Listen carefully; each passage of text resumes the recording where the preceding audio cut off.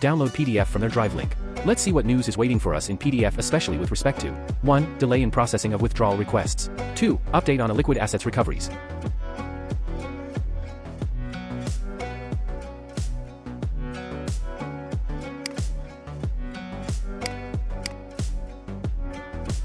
Initial RDA.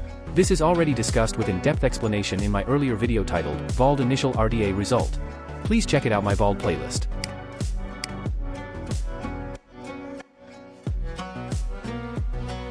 Liquid asset distributions. 1. INR payments are completed 100%. 2. Crypto payments for VRT, non-RDA, and VRT creditors are completed 60%, remaining 40% to be completed between 30 to 45 days from date of withdrawal. As per me, withdrawal requests are completed on random basis, so luck plays an important role who gets it first. It is 100% sure that each and every withdrawal request will be completed. It may get late, but it will be done. Hence don't worry and please wait with patience.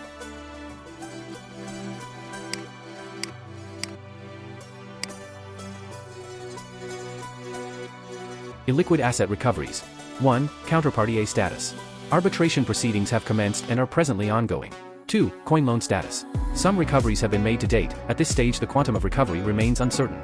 Estonian court has extended deadline by December 2023.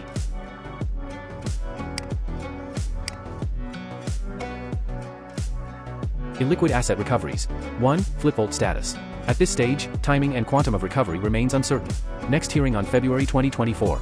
2. FTX status. We have confirmed claims and progressed KYC held against both FTX entities. Previously we assumed in the explanatory statement that the FTX claims are fully impaired. It is now likely some recoveries will be made.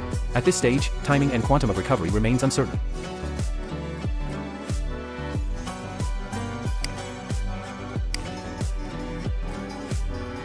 New business proposal. 1. It is like a version 2.0 with a different name. 2. Goal is to potentially increase the recoveries to creditors of DeFi payments over the duration of the scheme. 3. No existing creditor funds will be put at risk. 4. Interested creditors can invest for possible higher future returns. 5. Further updates will come in future.